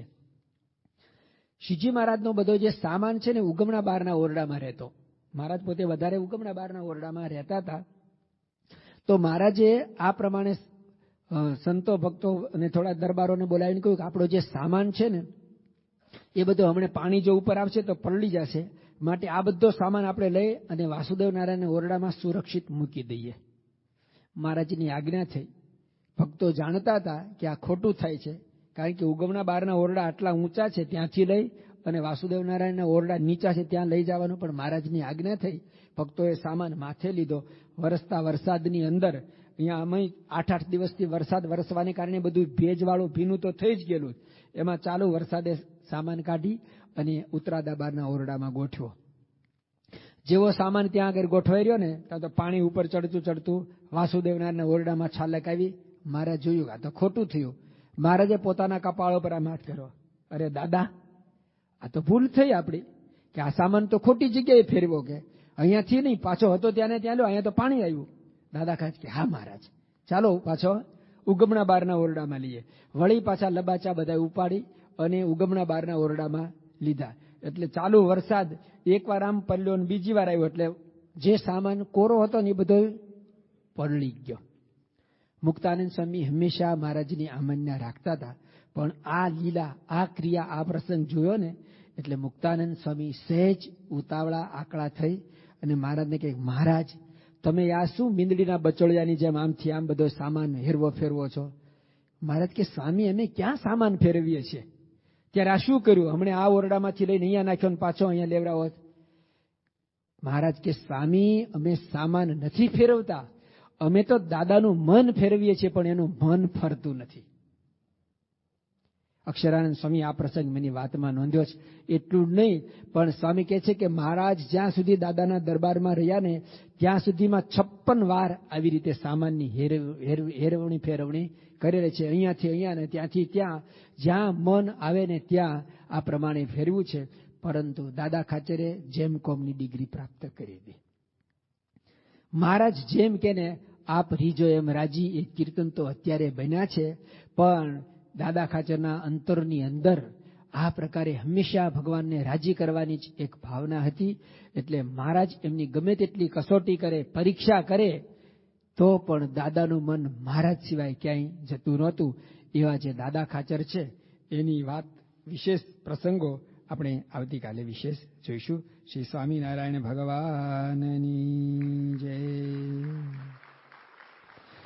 શ્રી ગુણાતીતમ ગુરુમ પ્રાપ્ય બ્રહ્મરૂપમ નિજાત્મન વિભાવ્ય દાસ ભાવેન સ્વામિનારાયણમ ભજે. શ્રીહરિમ સાક્ષરમ સર્વદેવેશ્વરમ ભક્તિધર્માત્મજમ દિવ્યરૂપમ પરમ શાંતિદં મુક્તિદં કામદં કારણમ શ્રી સ્વામિનારાયણમ નીલકંઠમ ભજે. સ્વામિનારાયણમ નીલકંઠમ ભજે. શ્રી હરિમ.